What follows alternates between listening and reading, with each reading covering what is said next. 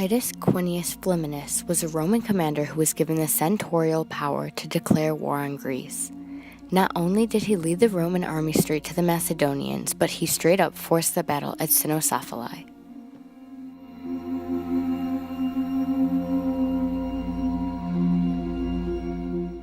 King Philip V was the Macedonian king from 221 to 170. The Battle of Cynocephalae was caused by many small conflicts between the Greeks and Macedonians. With these conflicts getting out of hand, the Greeks pled to the Romans for assistance. As well as being a threat to not only Greece but Rome, Macedonian power in the Aegean region was growing. This boost in power didn't sit well with the Roman Senate.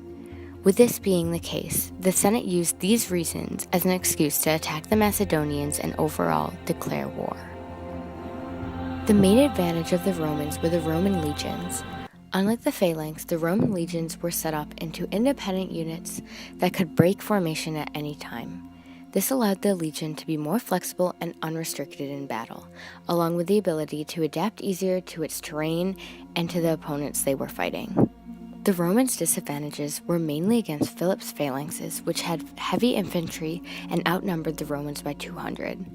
Along with this, Philip's troops held higher ground, giving the Romans a bad downhill disadvantage. Finally, the rough and uneven terrain made it almost impossible for cavalry to be used efficiently in battle.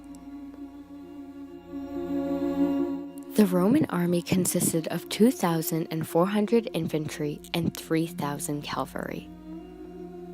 The main advantages of the Macedonians was the fact that early on in the battle they acquired the higher ground, allowing them to fight head-on, which was the phalanx's most successful battle strategy. Along with this, the Macedonians had heavier and more infantry than the Romans. The Macedonian disadvantages were simple, first being that their phalanxes were unable to adapt to the terrain, unlike the flexible legions. The Macedonian left wing also fell behind, becoming unprepared and vulnerable.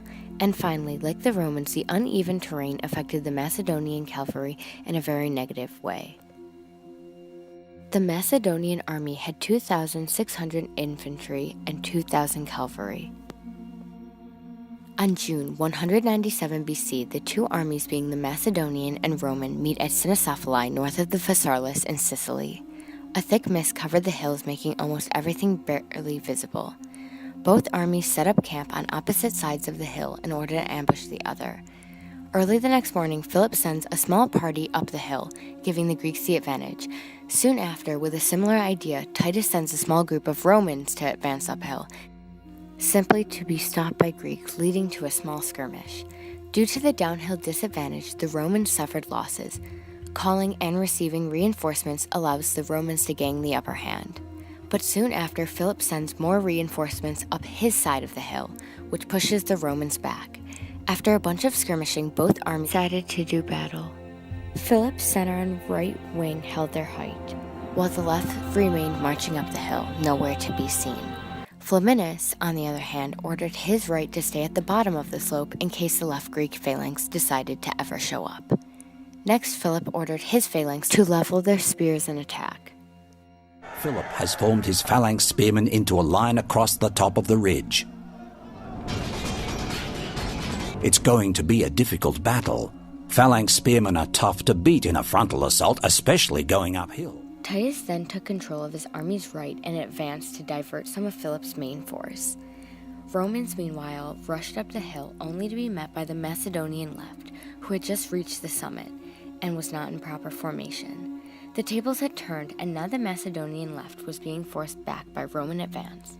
The main battle, meanwhile, was still being fought by infantry and the phalanx. The Roman right was now on its own. It broke away and swung around behind the Macedonian center infantry. This decisive action caused chaos among the Macedonians.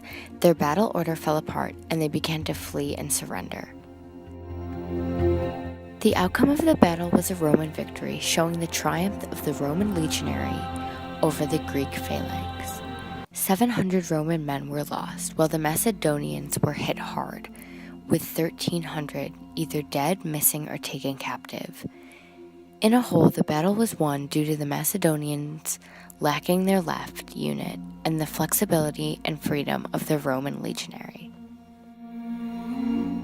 Opposed to getting land for their victory, Rome instead established itself as the protector of Greece. The Macedonian threat was now gone, and Rome had nothing to worry about.